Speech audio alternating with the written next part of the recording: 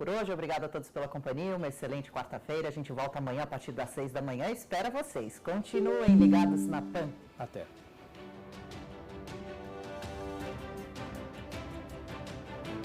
A opinião dos nossos comentaristas não reflete necessariamente a opinião do Grupo Jovem Pan de Comunicação. Realização Jovem Pan News. Jovem Pan News. Esta é a Jovem Pan News Campinas, CYD 950, em 100,3 MHz. Jovem Pan News Campinas, a rede da informação.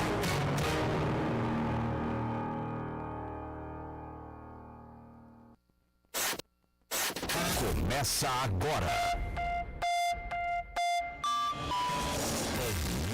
Pan News Campinas. Informação, prestação de serviço, interatividade e opinião com credibilidade na Jovem Pan News Campinas. Pan News Campinas. Oferecimento Codive Chevrolet. Faça um test drive e saia de carro novo. 3744-4400. Recap, Sindicato dos Postos de Combustíveis de Campinas e região. Acesse recap.org.br. Clínica Dr. Former. Impotência, ejaculação rápida e falta de desejo. 423-6919. Família Gianni. Aberto de terça a domingo. Da nossa família para a sua família.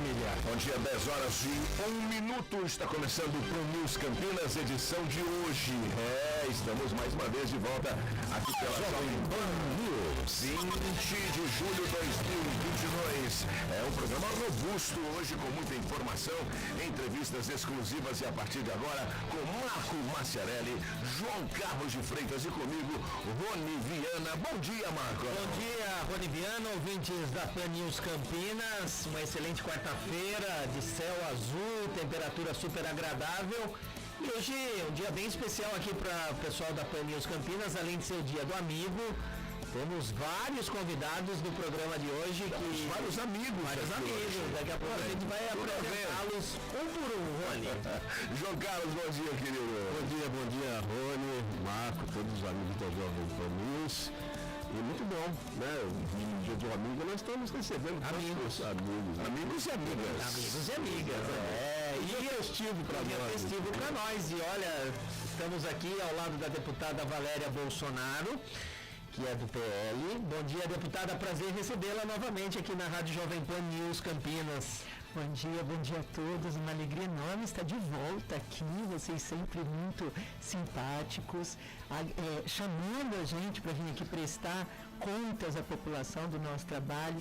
A gente agradece muito essa oportunidade que vocês sempre nos concedem. Imagina, lembrando que essa transmissão, além da Jovem Pan News Campinas 100,3, estamos na Baixada Santista, na Jovem Pan News Santos e onde mais, Rony Viana? O grupo de rádio ABC, emissoras em Santo André, Campinas e Indaiatuba Santos, recebendo essa entrevista agora com a deputada, daqui a pouquinho com o deputado federal Eduardo Bolsonaro. Estamos falando para as regiões de Campinas, Baixada Santista, através da frequência 100,3 da Jovem Pan e no mundo inteiro pelo site jovempancampinas.com.br. E também no redes sociais, Facebook e Instagram da Jovem Pan News Campinas. O @ Jovem Pan News Campinas, é só jogar e dar uma bugada que você já está dentro. Tá certo. E também recebendo a visita do deputado Gil Diniz.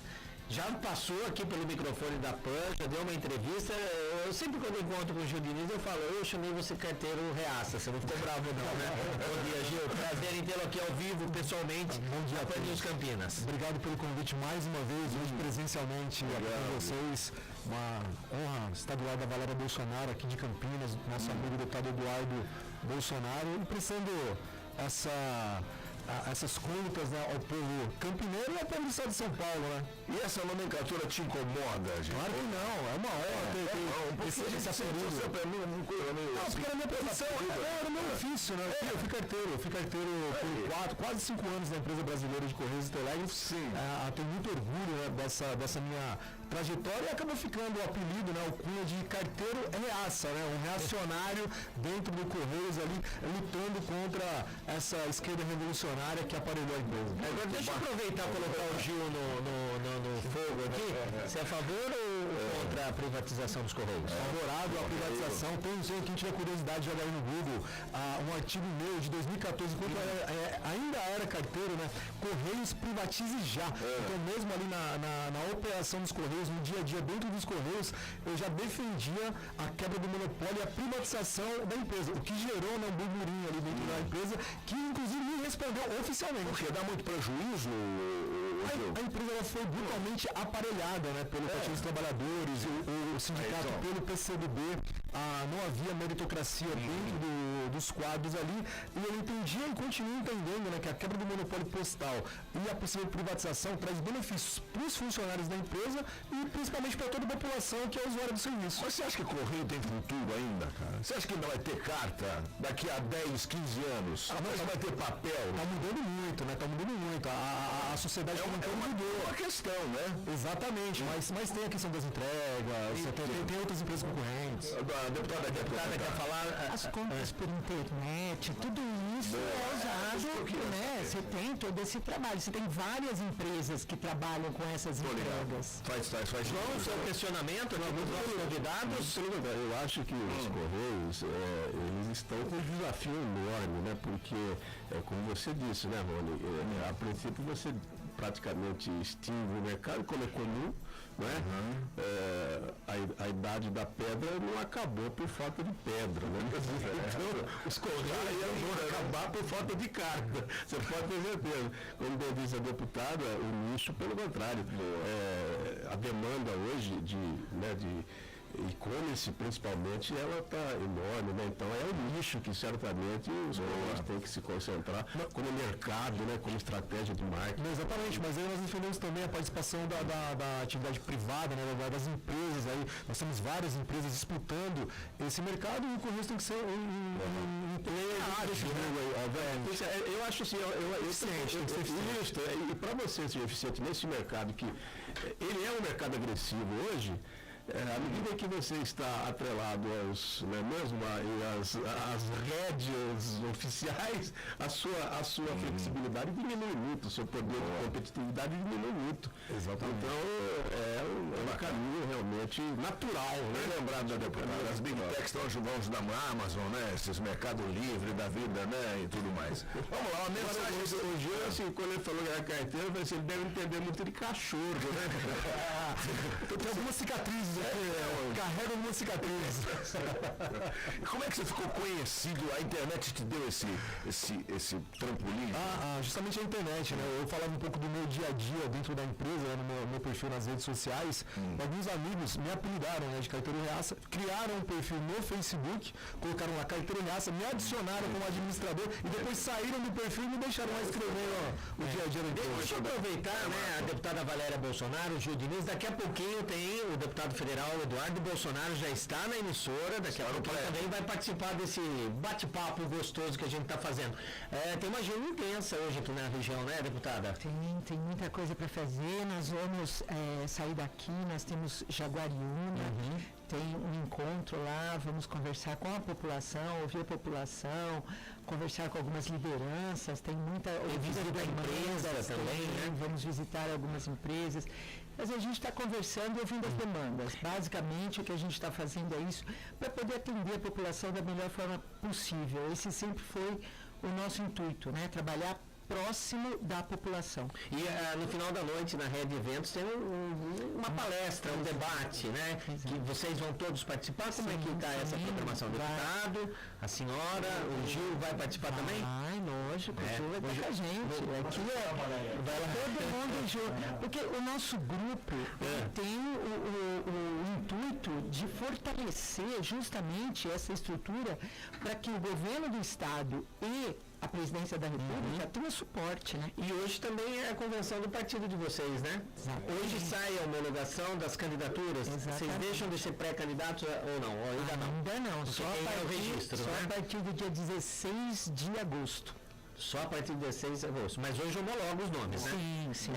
Quantos o PL vai lançar? Vocês têm a chapa completa? Deputado, estadual, federal? Deixa eu fazer uma pergunta para os dois. E o candidato ao Senado já está definido, Gil? Ainda não. Marcos Pontes? Marcos Pontes, eu tenho informação.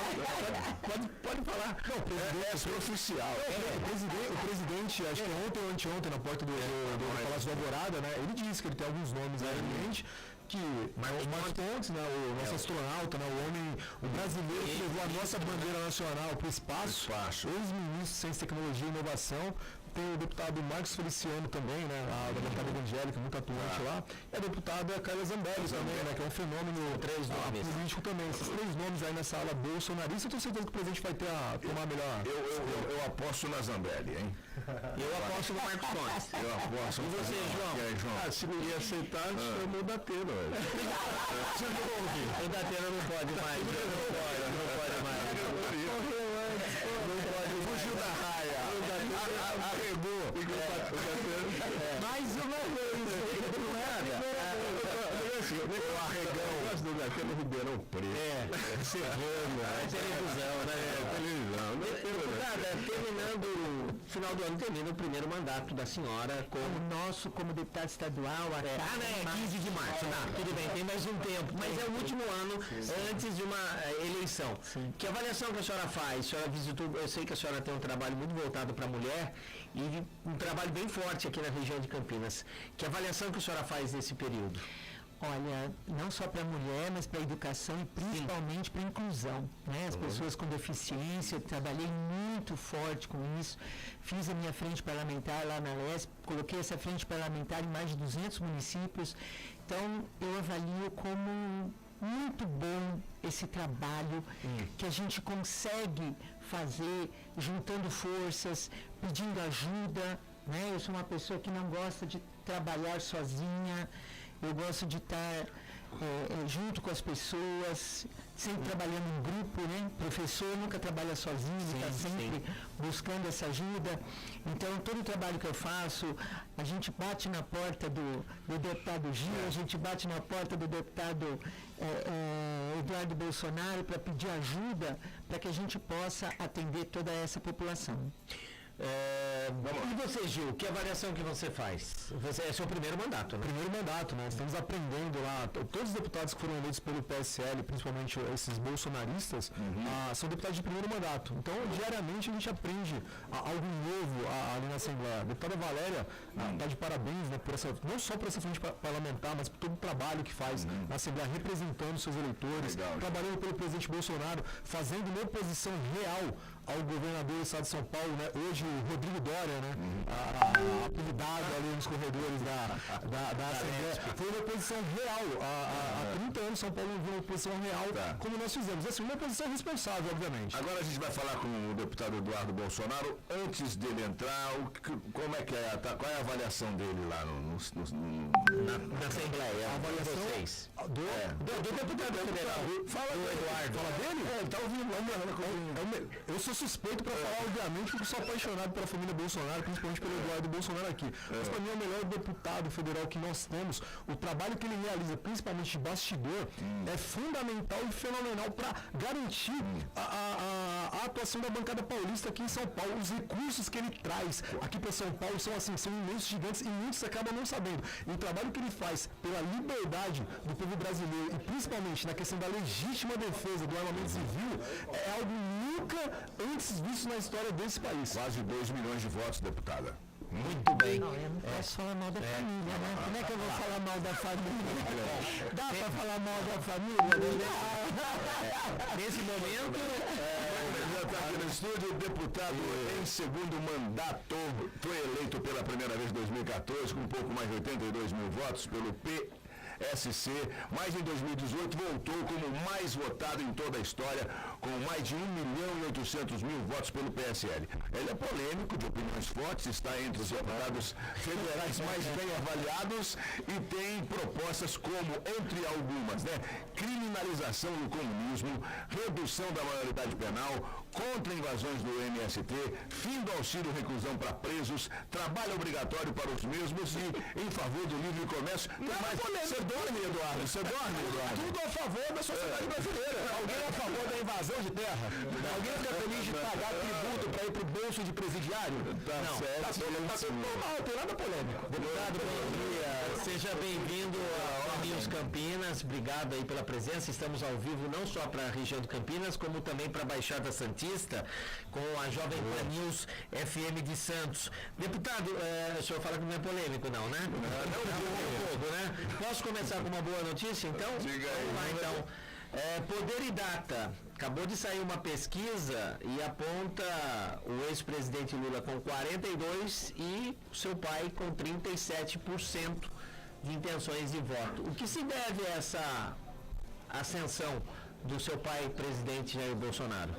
Eu sempre destaco assim, que eu sou um pouco cético. Qualquer pesquisa que seja, por vezes tem pesquisas que apontam o crescimento do Bolsonaro, etc., mas ainda assim eu fico um pé atrás. Tá. Porque eu prefiro acreditar naquilo que os meus olhos veem. Vocês viram Bolsonaro em Fortaleza recentemente? Foi assim, um negócio absurdo. E o pessoal diz que Nordeste é terra do PT, onde o Lula é forte, etc. Eu queria ver o líder das pesquisas nas ruas. Eu acho que é isso que eu sinto falta. Porque em estudo de pesquisa, eu sempre relembro, delação do Palocci. Falou que pagou 11 milhões para o Vox Populi rodar pesquisa a favor do PT. A Quest, recentemente, eu desmascarei. Eles, às vezes, não vão em cidades onde Bolsonaro ganhou. Eles fizeram a pesquisa no Maranhão e não foram em Imperatriz, a segunda maior cidade do Maranhão, onde Bolsonaro ganhou. E, finalizando, uma matéria do Yahoo de 2014, falando que o Datafolha errou em mais de 60% das suas previsões para as eleições do Executivo daquele ano. Então, assim, pesquisa hoje em dia no Brasil, eu vejo ela muito como um instrumento de manipulação. Depende de quem encomenda, depende de qual é o interesse daquelas pessoas, mas ainda assim, eu tenho visto algumas delas colocando ali mais ou menos equiparado Bolsonaro e Lula.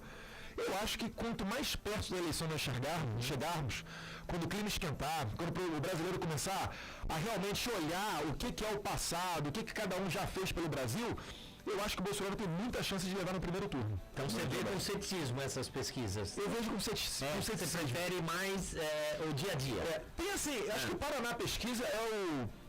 Eu acredito que seja assim, não é que a mais confiável, eu acredito 100%, mas eu acho que tem uma metodologia mais confiável, né? Porque, por exemplo, a Quest, o que a Quest faz? Para uma pesquisa ser registrada no TCE, tem que ter ali 53% mulheres, 47% homens, tem idade, tem ali o corte por renda, só que não tem o corte por cidade. Sim.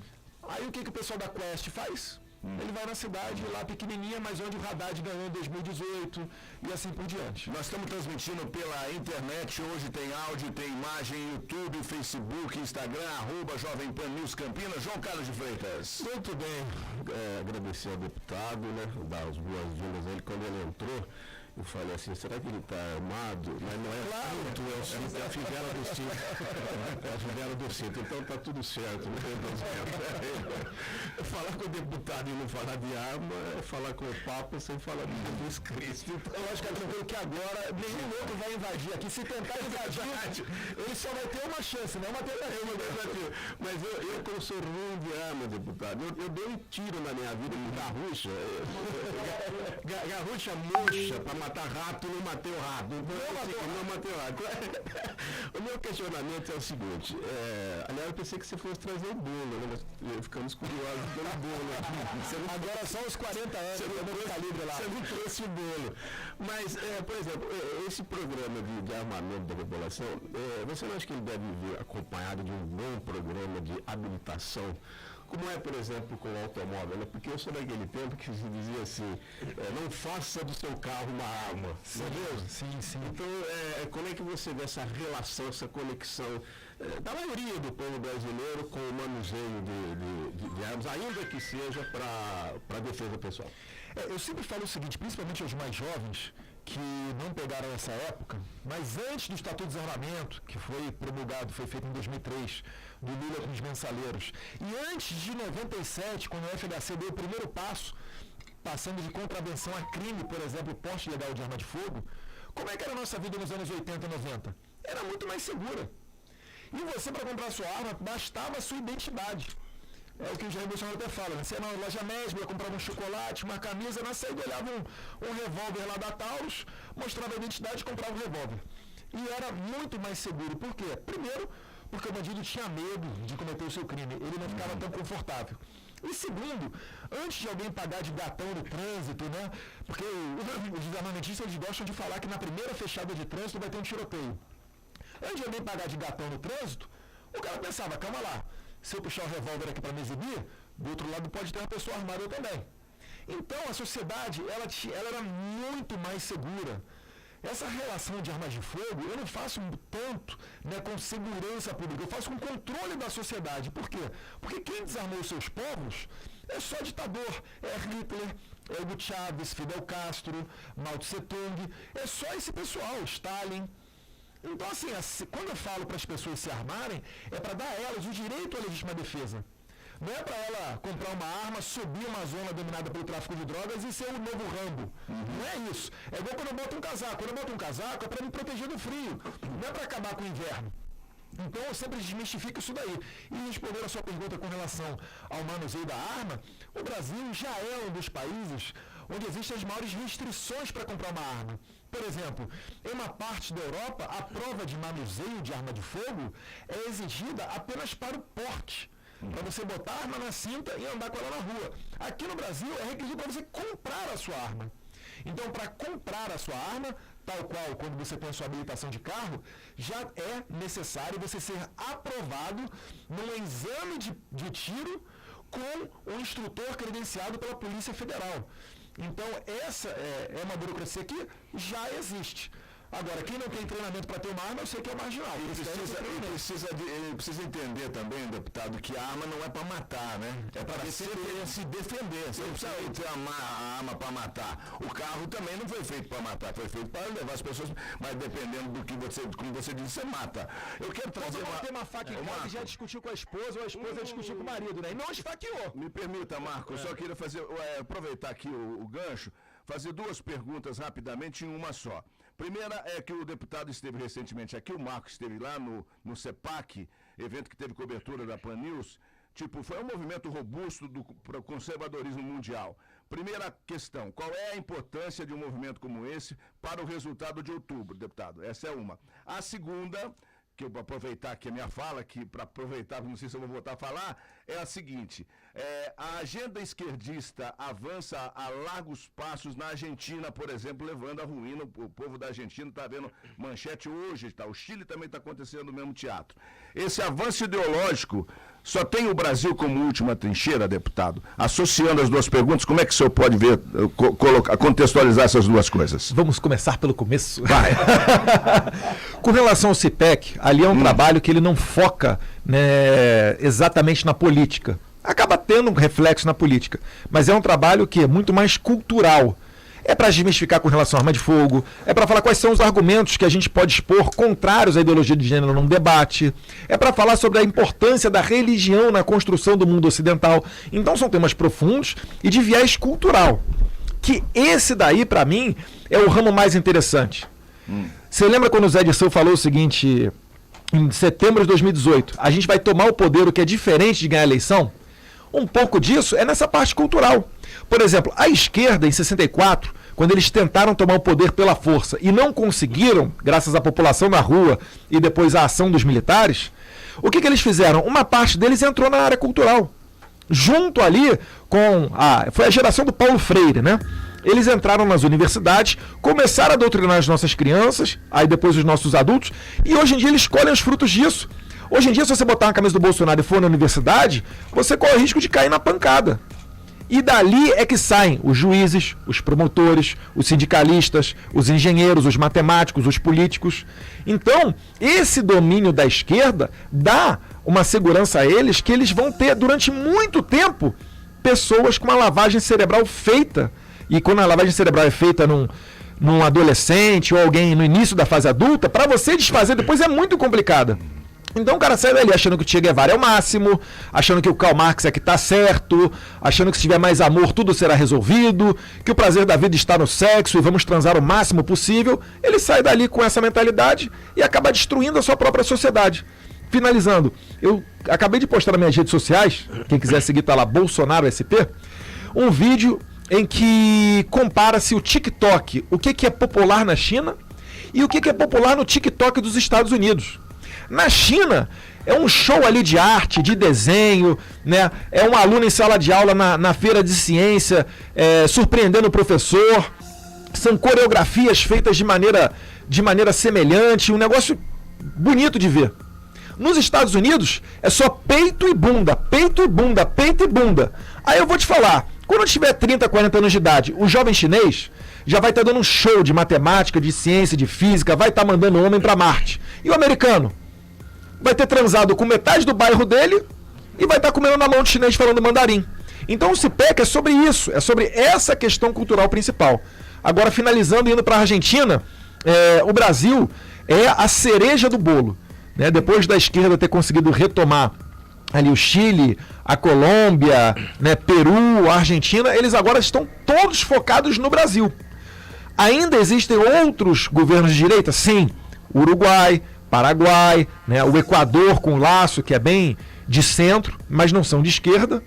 Só que o Brasil, ele é metade da América do Sul. Então, se o Brasil cair, se o Brasil virar de esquerda, a gente vai venezualizar todo o continente, porque a Argentina já está caminhando para isso. Já não tem papel higiênico. O pessoal, só para finalizar, na Argentina, eu lembro que até 2002 tinha uma política da paridade. Se você fosse num caixa eletrônico da Argentina, você escolhia se você queria sacar o seu dinheiro em peso ou em dólar. Quer 100 dólares ou quer 100 pesos argentinos? Em 2002.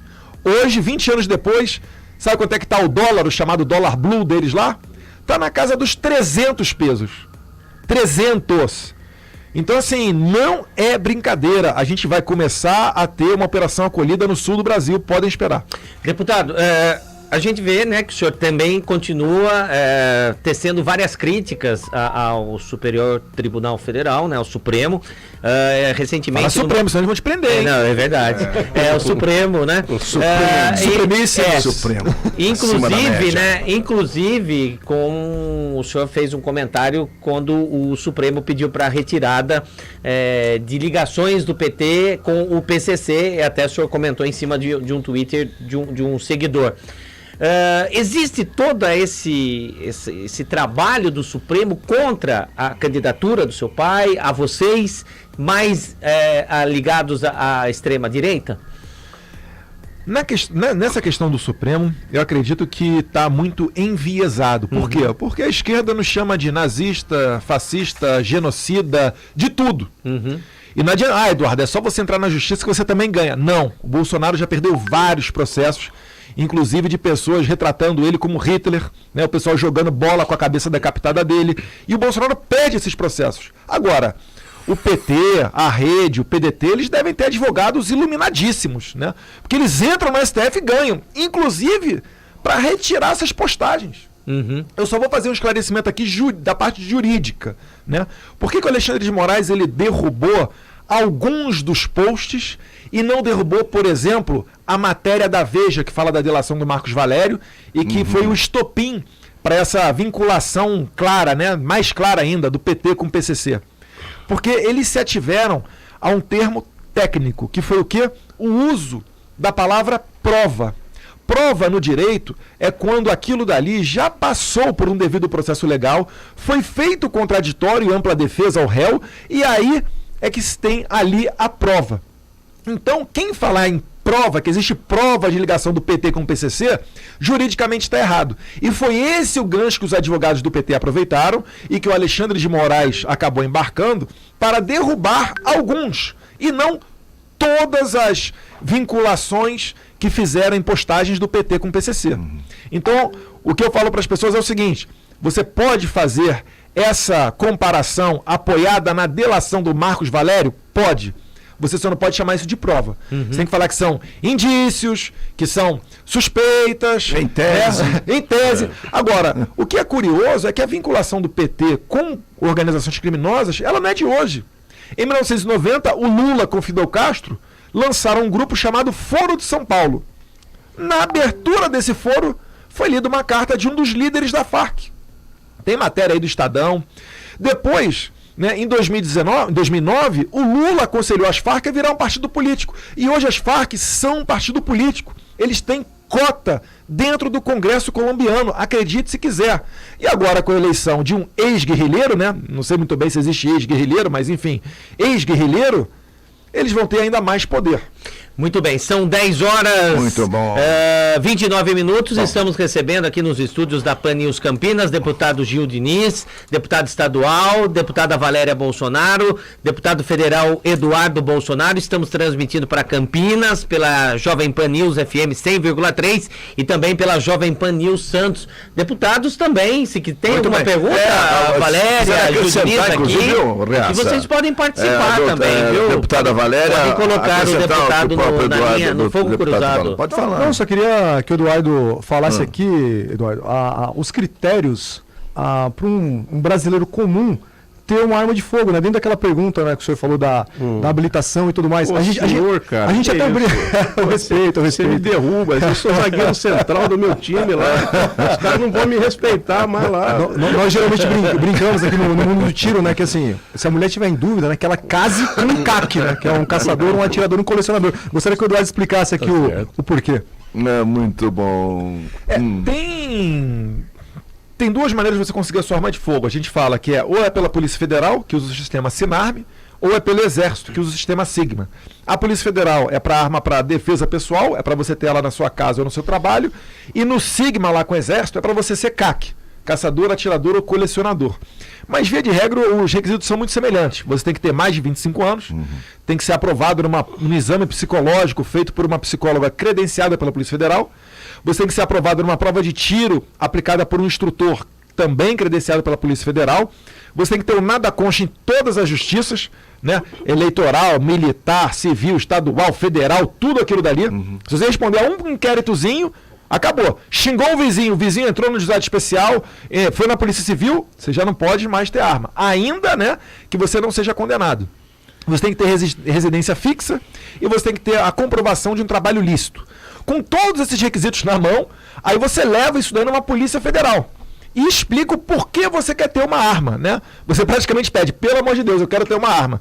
E aí vem o pulo do gato. O que o Jair Bolsonaro fez?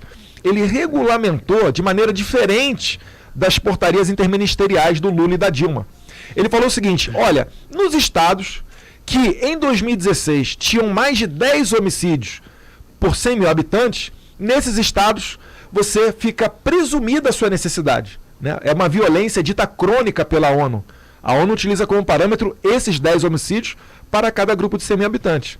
Como o Brasil estava com quase 30, esse número, né? Todos os estados brasileiros você acabava tendo presumida esse requisito. Você não precisava comprovar a efetiva necessidade. Então você tinha apenas os requisitos objetivos. Ou você é ou você não é aprovado num exame psicológico, ou você é ou não é aprovado numa prova de tiro, ou você tem ou não tem mais de 25 anos, residência fixa e trabalho lícito. Então, com isso daí em mãos, ou você vai na PF ou você vai no Exército, basicamente é isso, tá, pessoal? Estou generalizando para que o cidadão comum entenda, mas aí você vai ou na região militar ou vai na Polícia Federal e ali você consegue a sua permissão para ter arma de fogo, a sua autorização de compra. Aí é que você vai lá comprar a sua arma, emitir nota fiscal, aí você volta para o órgão, né, para a Polícia Federal ou para o Exército, emite uma guia de trânsito para você levar essa arma para a tua casa. Enfim, é uma burocracia danada, mas pelo menos hoje você já pode comprar a sua arma. Eu espero que, passo a passo, os deputados estaduais, eu sei que você tem um projeto desse, Zil, para que você isente ou reduza, por exemplo, o ICMS, que sobrecarrega em muito o preço das armas de fogo. Deputada, tem algum questionamento para o deputado Eduardo? Só dar um testemunho aqui, que para eu conseguir ter o meu porte de arma, eu fiquei quase um ano para fazer isso. E eu sou a primeira deputada estadual que tem porte de arma. Mas fez todo o trâmite necessário, né? Todo o trâmite, não é nada fácil, porque do jeito que a esquerda fala, parece que a gente vai no supermercado e compra. Foi um trabalho Pede para danado. baixar o preço do combustível, faz arminha. mais ou menos assim, eu que nem fiquei o pessoal quase um fazia. ano para conseguir tirar o meu porte de arma. E não fui reprovado em nada, fiz tudo direitinho, tudo bonitinho. Se eu puser uma maçã na minha cabeça, você acerta a maçã, não vai acertar a minha Quer cabeça. testar? Acerta a maçã, não vai... Ela começa com arco e flecha, João. Tem que ser como Guilherme Tell. Pode fazer uma pergunta Pode, vamos lá, João. Estamos muito curiosos. Ontem o presidente da Ucrânia falou com seu pai e se queixou da neutralidade do nosso governo. Como é que você vê, qual é a nossa posição, Eduardo, e por quê? Olha, primeiro, eu vou aqui na linha do chanceler indiano. Por que os problemas do mundo não são os problemas da Europa, mas os problemas da Europa são os problemas do mundo, né? Vamos começar por aí. Os senhores acreditam que se o Brasil estivesse em uma guerra com algum vizinho, um país europeu deixaria de comprar petróleo da Rússia? Eles iam se aproveitar dessa situação. O Brasil, a gente lamenta essa questão da guerra. Obviamente ela não é desejada por ninguém. Agora, o Brasil tem os seus interesses. A gente tem os nossos negócios tanto com a Ucrânia quanto com a Rússia. Ora, os senhores acreditam que seria prudente, aí eu faço uma pergunta aqui para os nossos ouvintes refletirem. Seria prudente o Brasil declarar um posicionamento nessa guerra e, por exemplo, perder os 30 navios com fertilizantes que vieram ao Brasil? Porque o Brasil, ele praticamente importa todos os seus fertilizantes. É dizer, se o Brasil não tiver os fertilizantes, principalmente o potássio, que vem da Bielorrússia e da Rússia, a gente não vai ter uma produção agrícola para alimentar o brasileiro. Se nós não alimentarmos o brasileiro, vocês acham que vai ter alguma coisa que se sustente no país? Então é disso que a gente trata. A gente está tratando da comida no prato do brasileiro. O presidente Bolsonaro foi um craque nessa visita à Rússia. Você acha que uma posição para qualquer lado vai realmente afetar todas as nossas relações comerciais? Vai. E nenhum país faz política internacional baseado nos conflitos regionais. Por exemplo, nosso maior parceiro comercial, quem que é? É a China. A China tem um problema com o Japão. A gente vai agora tomar partido entre a China e o Japão para daí fazer o nosso comércio? Não. Dinheiro não tem cheiro não, pessoal. Você tem que ter dinheiro no final do mês para pagar suas contas, assim como você tem que ter comida no teu prato, porque senão você não consegue se sustentar. Então é disso daí que a gente está falando quando fala em posicionamento na guerra. Agora, ele está fazendo o papel dele. Ele é o líder da Ucrânia, né? Ele está tentando conseguir angariar apoios para a sua causa. Agora, mais uma vez, vamos nos colocar nos lugares uns dos outros. Porque ele disse, inclusive, que se fosse o Brasil no lugar dele, ele apoiaria o Brasil. Não, agora... Não, ele disse... Olha, eu sei que aquela questão ali... Nos deixou de saia justa aqui. Não, falar eu também falo um monte de coisa. Assim, eu tenho um carinho especial com a Ucrânia, porque eu fui para lá ano passado. Eu visitei o país, é um país belíssimo, né? Fui até a Chernobyl. Cuidado aí que eu tô com radioatividade. Tá radioativo. Tem dia. Mas é claro que eu não gostaria de ter essa invasão. Mas vamos pensar um pouquinho. Vamos aprofundar o tema. Vocês lembram na década de 60, quando a União Soviética colocou mísseis em Cuba e teve a crise dos mísseis e quase explodiu na Guerra Mundial? Sim. Ora, a Ucrânia, ela está fazendo um cerco ali à Rússia. O problema é que quando ela adere à OTAN, então a Rússia, ela não permitiria que isso daí acontecesse. Porque é basicamente um vizinho, é muito próximo, é alguns quilômetros de Moscou. Então a Rússia bancou, falou, olha, isso daí não vai acontecer, essa adesão à OTAN não vai acontecer. Se continuar colocando adiante, eu vou botar a tropa na rua. E qual foi o erro? O erro foi os ocidentais acharem que um russo como Putin fosse pensar com a cabeça de ocidental. Né? Esse mundo que a gente vive maravilhoso, faça amor, não faça guerra, vamos recrutar com a pauta LGBT as Forças Armadas norte-americanas, que acontece, etc. O russo é old school. O russo, o cara caça, o cara mata o leão na unha se for para defender o país dele. Então é outra cabeça. E eles pensam na grande pátria russa, etc. Não estou entrando aqui no detalhe se isso é certo ou se isso é errado. Então eles cutucaram com vara curta, não acreditavam que o Putin fosse colocar as tropas nas ruas e acabaram agora encarando essa situação. Que é lamentável, eu digo mais uma vez, lamentável o mundo inteiro. As cenas de guerra são enfim, infelizes. Muito bem. Deputado, deixa eu fazer um questionamento. O senhor gosta de polêmica, né? Não. Não, mas o senhor não foge das perguntas, isso que é o mais importante. Como explicar para o eleitor que o processo eleitoral no Brasil, ele pode vir a ter problemas, sendo que o senhor foi eleito, teve mais de 1 milhão de votos, a deputada foi eleita por esse sistema de votação eletrônica. Como explicar para o eleitor que o nosso processo de eleitoral, ele pode ter problemas? É isso que acho que é interessante vocês três, como deputados eleitos por esse processo, tentem explicar essa questão que está num embate muito grande no Brasil. Eu falo primeiro, imagine se nós não tivéssemos sido eleitos e daí, então, reclamássemos das urnas. Iam falar, tá reclamando porque perdeu, é mal perdedor, chorão, cala a boca aí. Ia ser isso. Então a gente não pode repetir, por exemplo, o que aconteceu nos Estados Unidos, que existem suspeitas de fraude, e só reclamar depois. A gente está há mais de um ano alertando que esse sistema é vulnerável. E como é que eu sei que é vulnerável? Porque existe um inquérito da Polícia Federal em que o próprio TSE, não são palavras de Eduardo Bolsonaro, são de Giuseppe Janino, que para quem não conhece é o papa das urnas eletrônicas, é o grande líder implementador das urnas eletrônicas no Brasil. Ele trabalhava no TSE e ele, respondendo a uma pergunta do delegado federal, disse categoricamente: tivemos uma invasão de um hacker de março ali, ou abril, até novembro de 2018. Aí o delegado federal, o que ele fez? Sempre que tem uma invasão hacker, é protocolo básico a preservação dos registros log. O que é um registro log? É saber por onde ele andou, qual e-mail ele acessou, se ele alterou algum código-fonte, se ele foi para aqui ou para ali. E aí o delegado perguntou, no segundo momento, né? Olha, TSE, eu quero os registros log para saber por onde esse hacker andou, se ele modificou alguma coisa. Sabe o que a TSE respondeu? Quem toma conta desses registros log é uma empresa terceirizada. E eles, sem querer, deletaram os registros. Ora, dá ou não dá para desconfiar dessa conduta? E outra coisa, eu digo mais. O TSE só soube que foi invadido por um hacker depois que esse hacker deu uma entrevista para a revista Tecmundo. E o TSE não sabia que tinha um hacker dentro dos seus sistemas, inclusive durante o período eleitoral. O primeiro e segundo turno da eleição, nós tivemos um hacker dentro dos sistemas do TSE e o TSE não sabia, só soube depois quando o hacker deu a entrevista.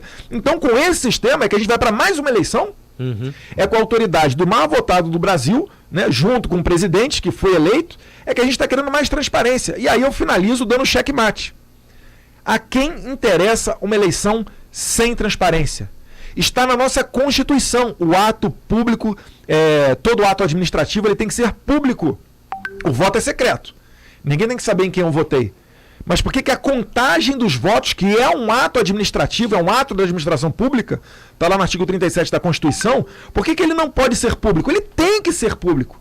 Esse direito nos foi retirado em 96 com as urnas eletrônicas. E é por isso que, por exemplo, na Índia e na Alemanha, o STF lá da Alemanha e da Índia já disse que um sistema parecido com o brasileiro, onde não tem uma contagem pública dos votos, ele é inconstitucional. Essa jabuticaba que a gente tem aqui, tem no Butão e mais um outro país, acho que Bangladesh. Enfim. Mas agora, só em cima, agora sim, a regra tá aí posta. E como que vai, daqui até outubro, a regra está posta.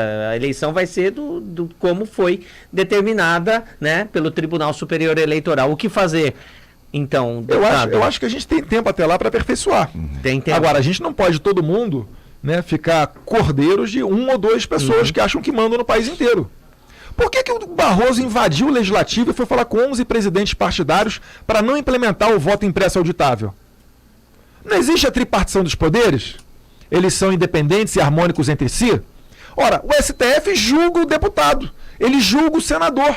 Aí ele vai lá e fala: senador, deputado, faz assim ou faz assado. É claro que o pessoal vai ficar com medo de não seguir o STF. Porque amanhã pode ter um processo dele lá de cassação ou de prisão e o ministro pode se vingar dele. Então não é saudável esse tipo de coisa. É quase que uma ameaça quando o STF vai dentro do Legislativo para fazer lobby das urnas eletrônicas. A gente não pode aceitar isso. Meu Deus do céu. A gente está vendo problemas acontecendo nos Estados Unidos, no Peru, né, Colômbia, outros países, E aí a gente vai fazer a mesma coisa aqui? Os deputados Valéria Bolsonaro e Gil Diniz querem complementar alguma coisa a respeito disso? Eu só queria complementar que o Parlamento Brasileiro, a Câmara Federal, o Congresso Nacional como um todo, já se manifestou, Eduardo, sobre isso. Aprovaram um projeto de lei dando aí mais transparência à eleição, colocando a questão do voto impresso. O que aconteceu? Colocaram ali uma questão no STF e o STF disse que esse projeto era inconstitucional. O que os deputados fizeram agora? Fizeram uma PEC, a PEC da Bia Kicis, relatada pelo Felipe Barros. Nós vencemos a votação, só que não conseguimos o quórum necessário para a aprovação da PEC, que era um quórum ali excepcional.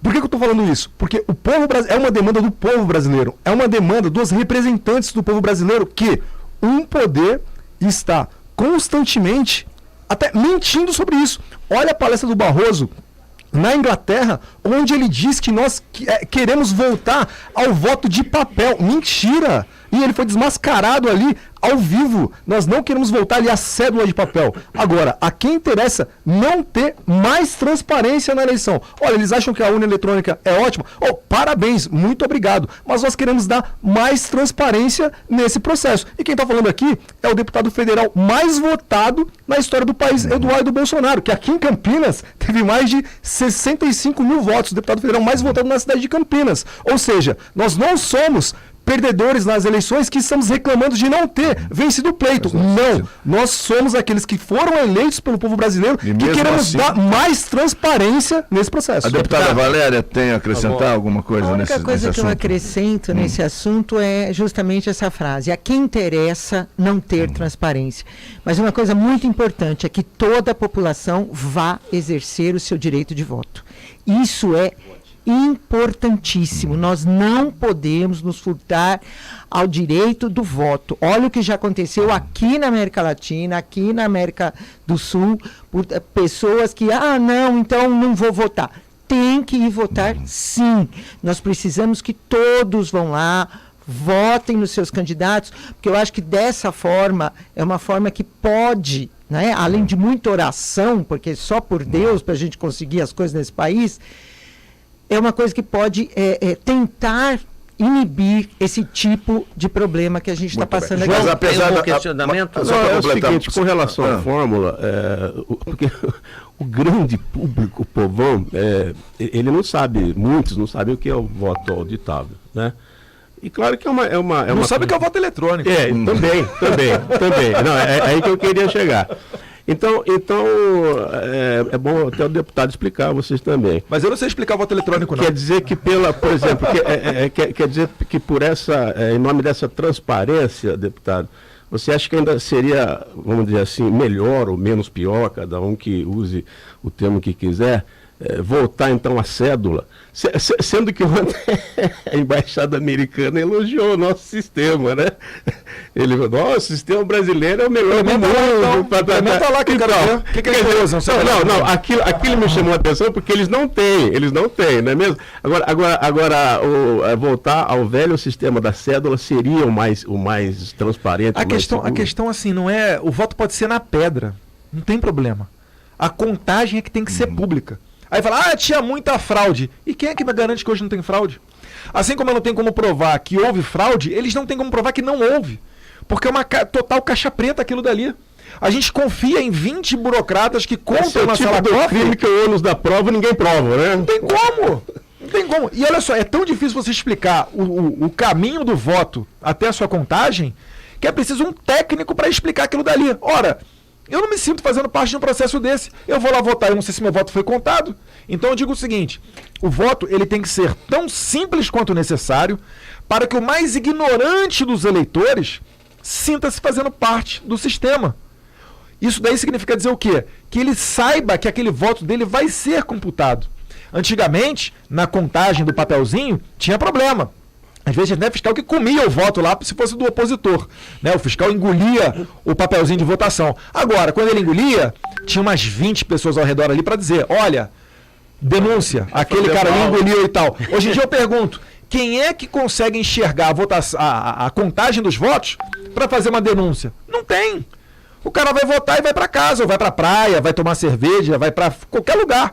Porque ele não tem condição nenhuma de fazer mais parte do processo eleitoral. Essa é a reclamação. A contagem tem que ser pública.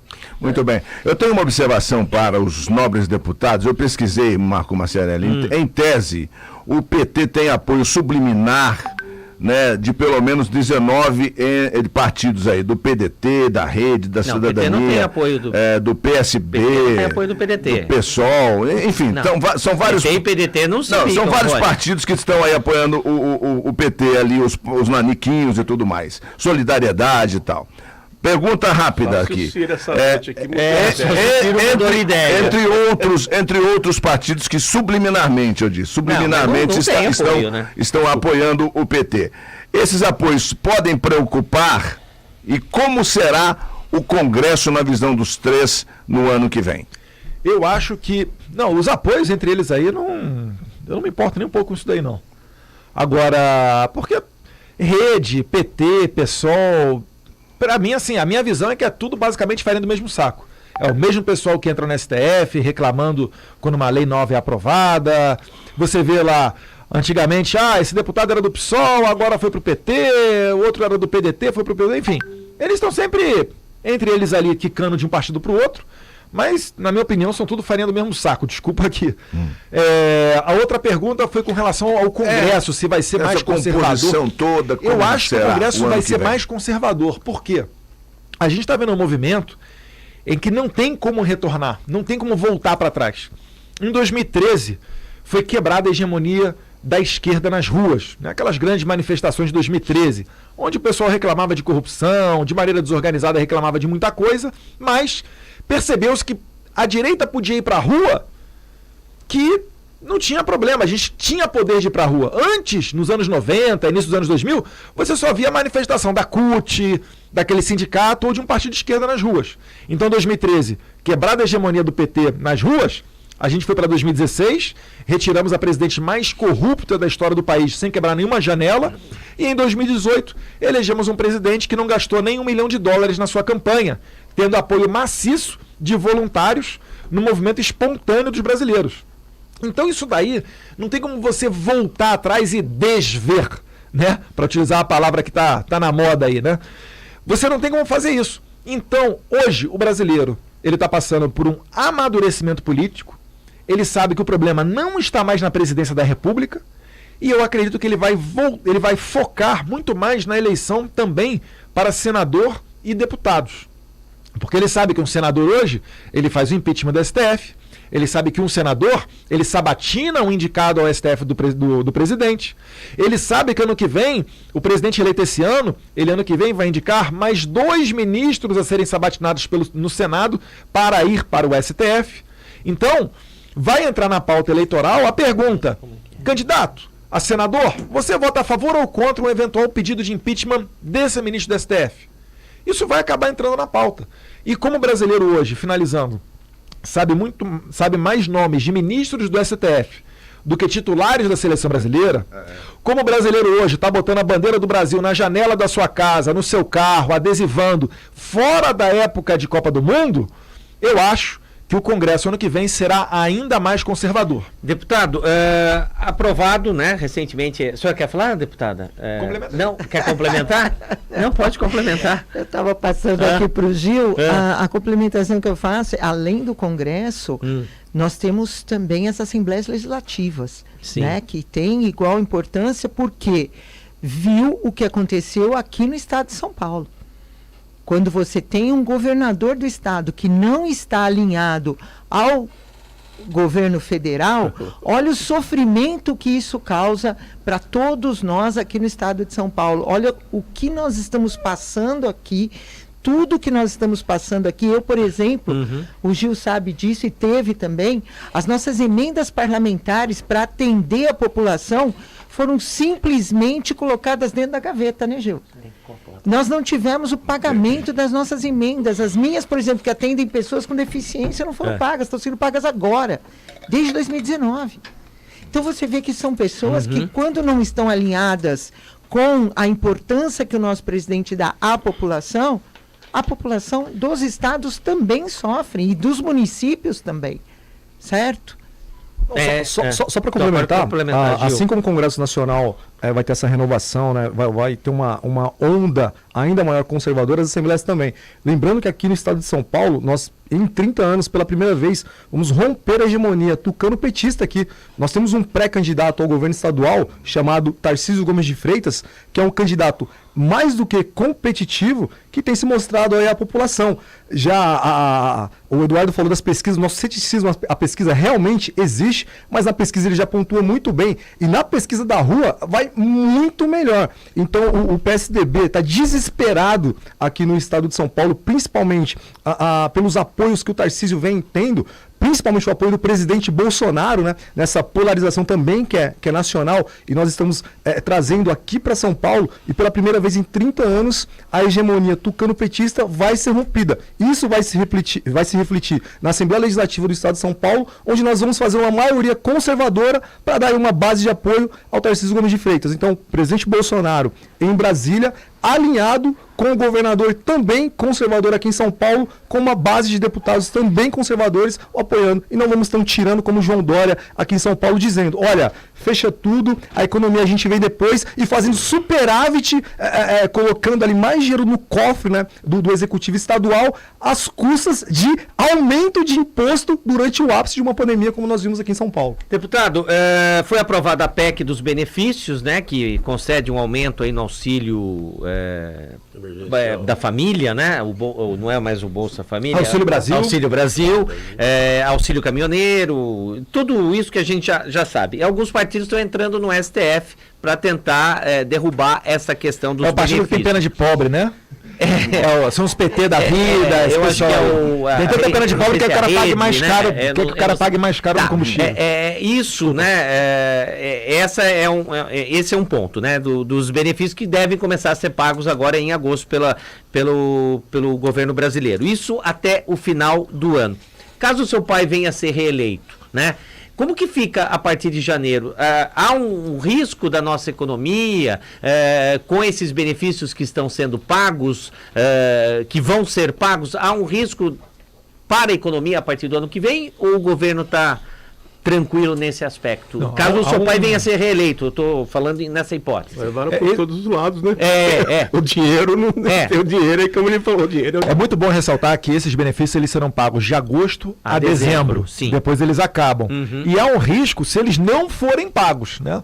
O pessoal deve ter visto aí, por exemplo, no Sri Lanka, que caiu um governo lá. Que governo caiu lá?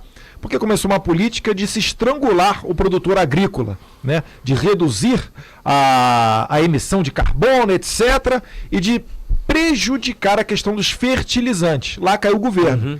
Aí você fala, Sri Lanka é muito distante. Vamos para a Holanda. A Holanda está no mesmo caminho. A Holanda, existe uma ideologia extremista ambiental que está vendo vantagens em quebrar o produtor agrícola. Na Holanda estão acabando com a profissão de produtor agrícola em um pseudo, né? Um pseudonome do meio ambiente. Aqui no Brasil, os caminhoneiros, eles já estavam a ponto de parar. Eu lembro que quando eles pararam durante o governo Temer, isso puxou o PIB para baixo em quase 1%. É um negócio assim, estrondoso. Para eles não pararem, o governo está dando uma ajudinha. Que, na verdade, essa proposta foi aprovada pelo Congresso, mas teve apoio do governo, que é o quê? É de R$1.000 para o caminhoneiro. Sim. Ele não consegue nem encher metade do tanque dele com esse dinheiro, tá? O pessoal entender, para encher o tanque de combustível de um caminhão vai muito mais do que R$4.000. Então, para que continue havendo a comida na mesa, para que o país não pare, a gente está fazendo essa medida emergencial, que é fruto também daquela política do fica em casa, que a economia a gente vê depois. A gente está se recuperando do tombo da pandemia agora, mas ainda sentindo muito esses efeitos. E o presidente Bolsonaro alertou, vai dar problema, vai dar problema. Aí o pessoal que só pensa em política e poder falou o quê? Ai, ele não cuida das vidas. Ai, que as vidas para ele não importam, não sei o quê. Então aí, miséria e a fome bater na porta, e quem está segurando as pontas é o presidente Bolsonaro. Por quê? Porque ele caminha no meio do povo. Ele sabe onde é que o calo aperta. Então esses auxílios emergenciais, como bolsa aí para o caminhoneiro, mais R$200 no Auxílio Brasil, é uma forcinha para segurar as pontas e o país não parar. Tem o apoio ao taxista, mas acho que Tem taxista. Acho que essa medida de R$1.000 para o caminhoneiro também vai ajudar também na alimentação dele, né? Às vezes, porque não dá para completar o tanque, né? O autônomo, ele está fazendo 6 por meia dúzia. Ele está trabalhando assim, porque realmente ele não quer parar. Porque lucro mesmo, esse pessoal não está tendo. Deixa eu perguntar, como que está a agenda de vocês? Tá tudo em ordem? Tem mais um tempinho? Podemos seguir? São 10h58. Posso fazer uma só avisar que, em função dessa nossa entrevista, hoje nós não vamos ter o Hora do Ouvinte, nós vamos seguir. Né? Tem muitas mensagens aqui chegando e eu não estou conseguindo dar conta porque depois a gente está fazendo as entrevistas. Fala a agenda, inclusive. Lembrando só que nós estamos no YouTube, se inscreva no YouTube da Jovem Pan News Campinas. Então nas redes sociais, no Facebook, no Instagram ao vivo para a região de Campinas e para a região de Santos, Baixada Santista, Jovem Pan News Santos. @Jovem Pan News Campinas. Isso, vai lá, faz a sua pergunta ao deputado. Momento Família, Marco. Momento Família. Momento Família. Temos aí o Flávio, temos o Carlos, temos você. Tem uma pergunta. Olhe para a câmera da verdade, Eduardo Bolsonaro, e me diga qual foi a maior lição que o pai de vocês ensinou a vocês. Vai. Mas vai falar o quê? De corretivo? De corretivo, de projeto de vida, de caráter, enfim. Eu acho que o maior ali é na sua lembrança mais afetiva que você tem. O que eu mais gostava é que quando a gente era pequeno, a gente pegava o carro e ia acampar em Tarituba, divisa ali de Angra dos Reis com Paraty. Então ele tinha uma Belina, ou às vezes um Chevette Júnior, né? Colocava na caçamba um reboque, e ali ia, né, o bote inflável com motorzinho de polpa de 5 cavalos e a barraca. Então quando a gente chegava para acampar, normalmente em janeiro, o Flávio, por exemplo, que era mais velho, já ia montando a barraca. Eu, que era menor, eu ia apertando o foil ali para encher, né, o bote com ar. E assim cada um foi aprendendo a ter uma certa disciplina e a contribuir, né? Acho que isso daí dá muito exemplo para a molecada, para ensinar que o trabalho, é legal pescar? Vamos pescar, vamos ter o prazer. Agora antes, você vai montar a barraca, você vai montar o barco, cada um vai fazer o seu, e eu acho que isso daí vai ajudando a dar um norte na vida, né? Como que é ser filho do presidente Jair Bolsonaro? Olha, a gente nem pensa nisso daí, sendo bem sincero. Eu procuro, assim, não... Aquele negócio, não tentar mudar, tratar todo mundo bem, todo mundo de maneira digna. Porque muitas das vezes a gente vê na política uma vaidade subir na cabeça. O cara às vezes se elege vereador e já acha que é o máximo, já não fala com todo mundo, mas assim, é muito trabalhoso. Eu costumo dizer que o meu gabinete em Brasília virou embaixada do governo federal. Sim. Porque as pessoas me procuram para dar uma ideia boa para o presidente, ou às vezes para querer um encontro com o presidente, para ter acesso lá ao Tarcísio, quando era ministro da Infraestrutura, ao Paulo Guedes. E poucas vezes chegavam convites realmente, olha, isso aqui é uma matéria para deputado federal por São Paulo. Então é muito trabalhoso, às vezes até em outros estados. Ontem mesmo a gente estava no interior, estava em Lorena, e tinha Você entrou na van para comprar bandeira? Não, também. Tinha um empresário de Resende, ele falou, você tem que ir em Resende. Eu falei para ele, poxa, amigo, não tem um deputado federal do Rio de Janeiro não para levar? Porque você é filho do presidente. Mas eu tenho que rodar aqui em São Paulo também. Mas você achou a bandeira ou não achou a bandeira lá na van? Eu fui uma vez só, comprei a camisa. Vamos ver agora se já chegou a bandeira. E se a gente se der uma bandeira da macaca pro seu pai, ele vai... Ele usa, ela tiver a camisa da Ponte ou do Guarani, do Bugre, aí pode dar que ele usa. Deixa eu fazer uma pergunta. Se você pudesse dar um conselho ao seu pai, nesses primeiros anos que ele está administrando o Brasil, vai concorrer à presidência da República, pai, eu acho que o senhor não acertou nesse ponto. O que você falaria para ele? Não, porque todo mundo é passível de erro, ninguém é infalível, né, Eduardo? O que você falaria? Pai, eu acho que o senhor deveria corrigir aqui, não deveria ter feito isso. Olha, eu não me sinto na posição de dizer a ele o que fazer. Como filho, então. Não, acho que ele tem muito mais acertos e eu acho que não temos condição de, pelo menos do meu lado, né, de exigir mais dele. Ele já segura uma barra tremenda. Eu acho que cabe a cada um de nós pensar o que a gente pode fazer nesse momento, que não temos um presidente que abriga terroristas, não temos um presidente que trabalha pela ideologia de gênero, pela erotização precoce das nossas crianças na sala de aula. Eu acho que a gente tem que aproveitar esse momento para ver o que a gente pode fazer. Então, assim, O professor que se sente assim confortável para barrar a ideologia de gênero, um atirador que vai abrir um clube de tiro, um produtor rural que vai estender a sua produção porque o Bolsonaro está reduzindo os tributos. Eu acho que isso daí é o que a gente tem que fazer. Eu não consigo mais chegar e... Eu não me sinto confortável de chegar e falar para ele, olha, faz isso ou faz aquilo. Eu já acho que ele é um herói de segurar essa barra, lutando contra a gente que não quer ver o Brasil dando certo, só para tirar ele do poder. E como seria, porque isso aí nas rodas, deputado, é muito comentado, né, nos bate-papos, nos colóquios, né? Vira conversa daqui e dali, um é a favor, outro é contra e vai. Né? E no Brasil não se discutia política, hoje se discute mais política do que futebol, eu acho incrível isso, né? Se não tivesse tido a pandemia, como você acha que terminaria? Qual é esse mundo? Que era o mundo que quando nós entramos a gente não contava com a pandemia. Como você acha que nós estaríamos terminando hoje? Digo porque isso parece devaneio, mas é colóquio de todos os grupos que conversam sobre política. O Brasil estaria tranquilamente crescendo a mais de 4% por ano, certamente. A gente estaria num nível de, se não pleno emprego, muito próximo, porque o Brasil ele era um Boeing decolando.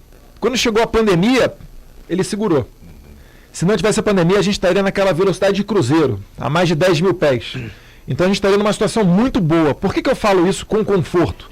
Porque a gente está vendo que mesmo com a pandemia, nós estamos reduzindo o desemprego para menos de 10%. Então a primeira vez desde 2015 que a gente está tendo um desemprego de 9,6%. Isso é dizer que uma pandemia, quer dizer, um governo do PT, como o da Dilma Rousseff, faz mais mal do que uma pandemia. Em 2015, a inflação era praticamente a mesma que a gente está tendo hoje. Só que em 2015, essa inflação só acontecia no Brasil, que era a inflação fruto da corrupção. Hoje em dia, a inflação existe? Existe. Mas ela está no mundo inteiro em razão da pandemia. Então, sem a pandemia, a gente estaria em um mercado de inflação melhor, praticamente a pleno emprego, 4% pelo menos de crescimento. E esse é o mundo que eu acredito que a gente vai fazer quando o Bolsonaro for reeleito. Eu sempre lembro, né? Depois de um ano de iniciada a pandemia, que começou lá em fevereiro de 2020, logo em 2021, a gente já tinha um pequeno saldo positivo de empregos. A gente já tinha conseguido gerar mais, a gente que eu digo assim, é o governo não atrapalhando e a iniciativa privada gerando, tá? A gente já tinha mais empregos ganhos do que empregos perdidos pela pandemia. Então, isso é prova de que o investidor, tanto nacional quanto estrangeiro, ele está acreditando no Brasil. É uma lojinha nova lá da Havan, né? É o Mubadala, que, por exemplo, comprou uma refinaria, a mais antiga do Brasil, comprou a refinaria de Landulfo Alves na Bahia e fez um diesel que agora está saindo mais barato do que o da Petrobras. Então isso daí é uma prova de que o Brasil está dando certo. A gente tirou a nossa política das páginas policiais e está colocando ela dentro das páginas comerciais, né? O Brasil, por exemplo, com o mundo árabe, ano passado cresceu 26% o comércio. Esses caras não perdem dinheiro, eles não vão colocar o dinheiro deles no local que eles vão perder.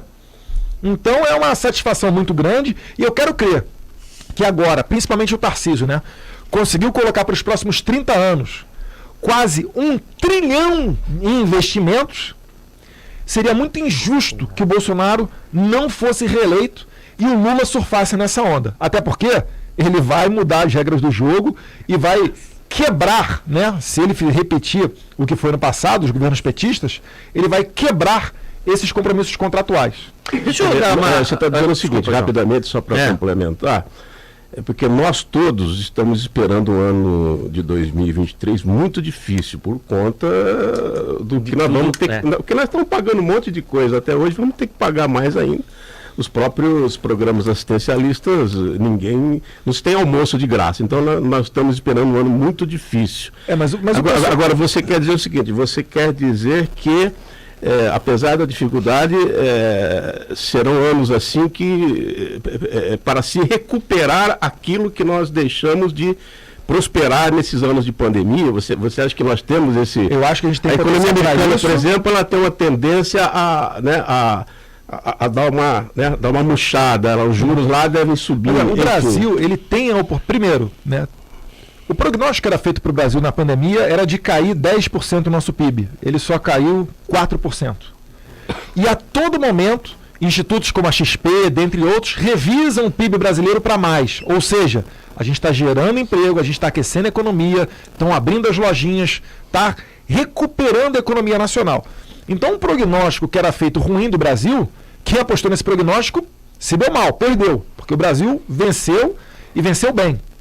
E para o futuro, eu acredito que se o Lula for eleito, como ele fala que vai reestatizar a Eletrobras, ele fala que vai criar a moeda única da América Latina, ele está falando que vai botar o MTST como protagonista do governo. Provavelmente vai retornar a questão do imposto sindical, dentre outras medidas. Isso daí, eu acho até que ele fala isso daí, para tentar afetar o nosso cenário atual, para ferrar com a nossa economia, para ter mais desemprego e tacar isso na conta do Bolsonaro. Mas ainda ele falando isso, a gente está conseguindo crescer. Agora, se o Lula for eleito e colocar isso tudo adiante, esquece, porque quem tem condição vai sair do Brasil, e se você não tem condição, você vai amargar aqui esse prejuízo. Deputado, deixa eu só dar uma descontraída nessa... Tem uma mensagem aqui para o senhor. Tem muita mensagem chegando pelo nosso WhatsApp, mas essa aqui eu destaquei porque eu achei interessante. É o Emerson Bueno. Fala pro deputado Eduardo Bolsonaro passar no bar da Dona Dulce, no bairro Chapadão, na Sampaio Vidal 692. Ela passou muita roupa do pai dele quando estava na SpaceX. É aqui no bairro. Daí o convite para você. É perto, né, João? É Sampaio Vidal, né? É a escola de cadete. Sim, a escola sim.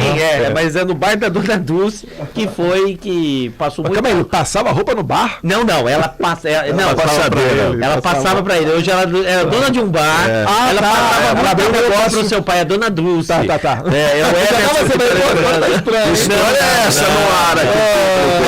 Eu achei interessante porque ela... Já vai ser a matéria da Folha de São Paulo. Bolsonaro matava a aula e ia pro bar. Toma cuidado com a fake news. A senhora passava roupa pro seu pai. Hoje eu achei que ela tá nesse... Ela é dona desse bar, não. Pelo amor de Deus, que a gente não gosta de fake news, viu, deputado? Mas vamos lá. Agora, falando em fake news, eu quero trazer pra mesa. Não tem como não trazer. O Marco, ele não gosta de falar muito disso, mas eu quero trazer pra mesa essa fixação, Eduardo Bolsonaro, que essa menina, a gente vai dar holofote para ela, mas não tem como não dar, é na classe artística de uma maneira geral. É da tatuagem. É da tatuagem. A da tatuagem, é isso. É da tatuagem polêmica. Ela é ou não é petista? Essa é a pergunta básica para não ir muito no lelo. Ela não é petista. Ela é petista ou não é petista? Eu acho que ela votou no Bolsonaro em 2018, hein? Porque é o seguinte, eu lembro que teve uma pressão muito grande em cima dela para declarar não voto no Bolsonaro e provável voto no Haddad em 2018. E ela se recusava, assim, ela num jogo de cintura. Então, assim, como a classe artística ela é dominada pela esquerda e a esquerda não é nada democrática, talvez ela percebeu que é mais confortável você dar porrada no Bolsonaro. Que aquele pessoal ali da classe artística vai te apoiar, o Caetano Veloso vai te apoiar, o pessoalzinho gourmet da Lei Rouanet ali vai te apoiar, né? Até porque esse pessoal quer retornar a mamar nas tetas do Estado. Mas enfim, eu acho que ela não vota mais no Bolsonaro, não. Ela tem aí falado... Que ela diz que ela não é petista. Isso é engraçado. Ela votaria no Lula. Ela não é petista, mas faz campanha contra o Bolsonaro e vota no Lula. E não pode usar a imagem dela na campanha. Deputada Valéria Bolsonaro. Deputada Valéria Bolsonaro. Por que a classe artística é tão aliada? É tão contra o presidente Bolsonaro, deputada? Olha, infelizmente não é só a classe artística, não. A minha classe também, né? Da classe dos professores, que é uma coisa triste de se ver, né? Mas a classe artística, como o Eduardo falou... o problema deles era a Lei Rouanet, que estava ali favorecendo, uma lei que não foi feita para isso, foi feita para favorecer quem está começando, virou simplesmente uma lei que favorecia meia dúzia que estava ali mamando dia e noite. Né? A pergunta é, lembra daquela revista que levava para a ilha? Tudo aquilo, acabou tudo, sumiu, desapareceu. Mas por que será? O que aconteceu? Acabou o dinheiro? Então, assim, a gente vê que o negócio era muito triste. Nessa linha, já que a gente falou de artistas, de professores... Uma coisinha, falar que essa moça é artista... a Danita... É uma desonra. O deputado... o senhor gosta da imprensa? Olha, eu acho que a imprensa ela tem um papel essencial, né? Eu só critico. Quando eu falo imprensa, pode ver os meus posts. Eu falo assim: aquela maravilhosa imprensa, a velha imprensa. Por quê? Porque tem algumas que se salvam. E normalmente as que se salvam são aquelas mais locais, inclusive. Por quê? Porque não estão acostumadas a serem alimentadas com dinheiro público. Essas são as perguntas mais inteligentes, são as que dão espaço para a gente falar, são que tem tipo de debate aqui para colocar questões econômicas na mesa. Então, mas assim, Globo, Estadão e Folha, eu meto o pau mesmo, porque... O senhor não recebe, por exemplo, um jornalista da Folha, do Globo, do Grupo Globo, uma entrevista? Ah, não. Dificilmente. Porque é muito perder de tempo, porque eu já sei que vai sair um negócio muito enviesado dali. Talvez eu mude de opinião, mas por enquanto eu sou resistente a falar com eles. Mas o senhor gosta de jornalista, pelo menos? Não, eu gosto. Gosta desse embate aqui. Sim. A internet tem cada vez... A internet tem a sua importância, mas eu digo que a imprensa, ela tem o seu papel ainda muito forte. E essa questão da regularização, de regular a mídia como pretende o ex-presidente Lula? Aí não, né? Não, ia censurar, né? Basta você perguntar para a esquerda o seguinte, a gente vai regulamentar e vai colocar o Carlos Bolsonaro de ministro da imprensa. Será que eles topam? Pois é. Não. Quando você bota alguém para regular, já está errado, já vai dar problema. A maior arma que a gente tem para combater a fake news é a verdade. Agora, para falar a verdade, você precisa de um microfone. O problema é que a esquerda ela quer estrangular qualquer microfone que abra-se para a direita. Então o Terça Livre teve as suas contas congeladas, a gente na internet sofre com o chamado shadow ban, né? Eu tenho 4 milhões de seguidores, às vezes eu faço um post no Instagram, ele não chega nem para 0,5% disso. Então esse daí é que é o problema. Agora, pode ver, vocês mesmos aqui da Jovem Pan, vocês estão pegando um nicho da sociedade que não aguenta mais ver Globo News e CNN. Porque a mesma ladainha. A menina da CNN lá, que é ex da Folha, inclusive, a Daniela. ela, infelizmente, vamos dar uma notícia boa. O Brasil está despiorando. Sempre tem o mas. O combustível reduziu, mas ainda está mais caro do que o ano tal. Então, gente, fica muito claro para qualquer cidadão enxergar que é uma tentativa de manipulação. Aí você muda para um canal diferente como a Jovem Pan, vocês agora estão crescendo, vocês têm canal na internet, tem um Panflix, agora vocês têm canal na televisão. Por quê? Porque tem credibilidade. Imprensa sem credibilidade vai à falência. A gente não precisa nem fazer nada. É o que a Valéria Bolsonaro falou aqui. A Globo está renegociando contratos, está perdendo medalhões como o Faustão. Não é porque o Bolsonaro está perseguindo. É porque ele está dando exatamente o tratamento isonômico a todas as mídias e imprensas. Só isso. Se a gente tivesse perseguindo a Globo, ele já teria entrado no STF e o STF teria derrubado qualquer medida do presidente Bolsonaro. Em cima dessa linha da mídia, da imprensa... Cuidado com a fivela do cinto. Cuidado com a fivela do cinto. O seu pai foi que levantou a bandeira, o presidente Jair Bolsonaro, da diminuição do ICMS, né, dos combustíveis. E ninguém, né, dava uma devido destaque. De repente vem aí a diminuição do ICMS, né, do ICMS, o estado de São Paulo, aí todos os estados começaram a diminuir e vem agora um reajuste menor, diminuição do valor do combustível a partir de hoje. Lá na Renata. O que aconteceu para o pessoal acabar aceitando essa proposta? Isso é culpa de quem? E realmente o ICMS caiu. E o preço da gasolina também. Foi uma batalha grande. Eu acho que o grande líder foi o presidente Jair Bolsonaro. Mas eu tenho que destacar aqui também que o presidente da Câmara, o Arthur Lira, não se furtou de colocar a matéria em votação. E a população reclamando, todo mundo junto dessa questão dos combustíveis, isso daí também colabora. Porque ano eleitoral, nenhum governador quer ficar mal com a população, né? Os bonitinhos pararam de fazer o lockdown. Mas se não tivéssemos ano eleitoral, talvez estariam colocando o povo na miséria de novo. Para quê? Para culpar o presidente Bolsonaro. Então, parabéns ao presidente Bolsonaro, ao presidente Arthur Lira, né, aos parlamentares que votaram a favor dessa matéria. Então, fica aqui o meu não parabéns ao pessoal do PT, que votou contra no Senado, principalmente. E a população reclamando, a imprensa que dá voz a essa reclamação, que fala da questão dos combustíveis. Então, é uma arquitetura onde todos estiveram juntos. Quando todo mundo está remando na mesma direção, o barco ele anda mais rápido. João? Não, a curiosidade, isso aí também faz parte das rodas. Os famosos debates. O que vai, né? O presidente vai comparecer, enfim, como é que está sendo planejado? Eu não falo pelo presidente, mas eu aconselho ele, né, sempre que possível, a comparecer nesses debates. Mesmo no primeiro turno? todos. O Lula, o seu pai já ouviu uma declaração que só vai se o Lula for. Seria sensacional. Pode comprar pipoca, o Bolsonaro vai voar nos debates. Porque ele tem tanta coisa para falar e tem tanta besteira que o PT fez no passado que ele vai jantar o Lula. Sim, se o Lula não for, ele deita e rola, então. Também. Eu acho que é um espaço importante para você colocar os pingos nos is. Essa decisão é do pai, da equipe do marketing, da equipe de assessoria? Não, é dele. É dele mesmo? O instinto dele nunca falha. No final sempre dá certo. E você acha que isso decide a eleição, Eduardo? Não sei, né? Tem papel, acho que tem papel importante. O brasileiro ele para ouvir um debate. Ele tem isso como um espetáculo, às vezes. É porque é o seguinte, sim. Muita gente compra pipoca, tem um jogo de futebol e tem um debate. Faz churrasco. Faz churrasco. É que tem o que às vezes o político critica no debate? É porque quando ele é eleito, ele tem uma equipe. Ele toma a decisão nas salas de reunião. Um debate tem muito da emoção. Se você está preparado, se a tua memória naquele dia está boa, se você teve um dia cansativo, se você descansou para o debate. Então tem muito disso. E uma palavra mal encaixada, de maneira espontânea ali, uma palavra maldita pode te afundar. Então, o político ele vê com certa precaução essa questão do debate, mas eu acho que seria muito positivo, sim. Deputado, o senhor vai novamente disputar a reeleição na Câmara dos Deputados, é isso? Sim. O senhor pensa... Pela lei eu só posso disputar a reeleição.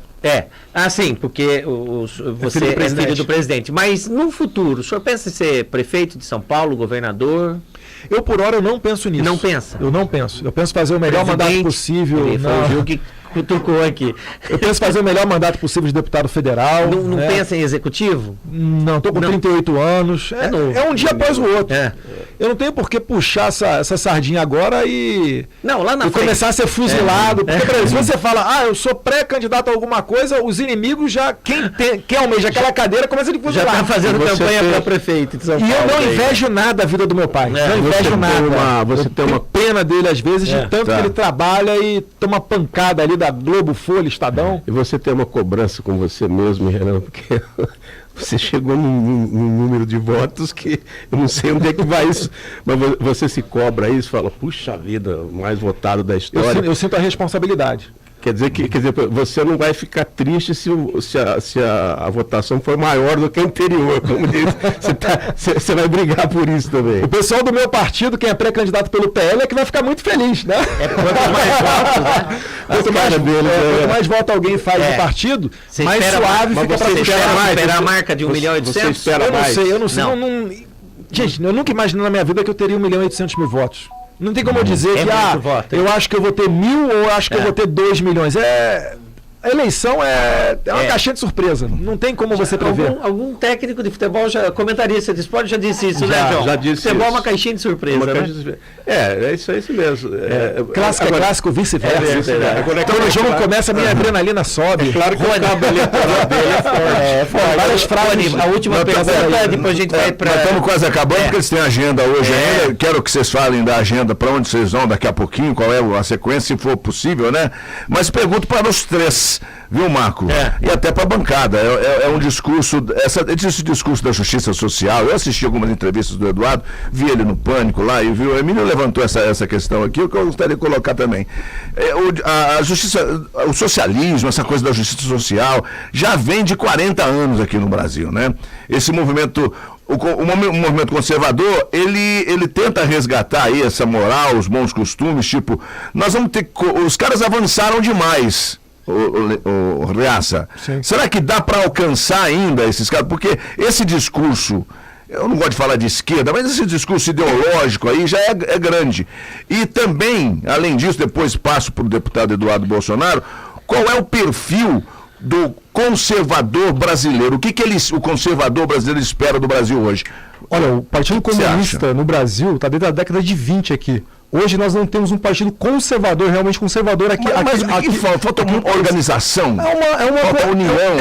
É uma maratona, não é um tiro de 100 metros. A gente está se organizando agora. O Eduardo, aquele fundador do Instituto Conservador Liberal, que fez o CIPEC aqui em Campinas, nós temos uma reação conservadora agora a esse comunismo que nós temos no Brasil há muito tempo. O pessoal da esquerda fala de justiça social, mas foi o presidente Bolsonaro que deu 360 mil títulos de propriedade ao assentado, que levou a paz ao campo em 3 anos.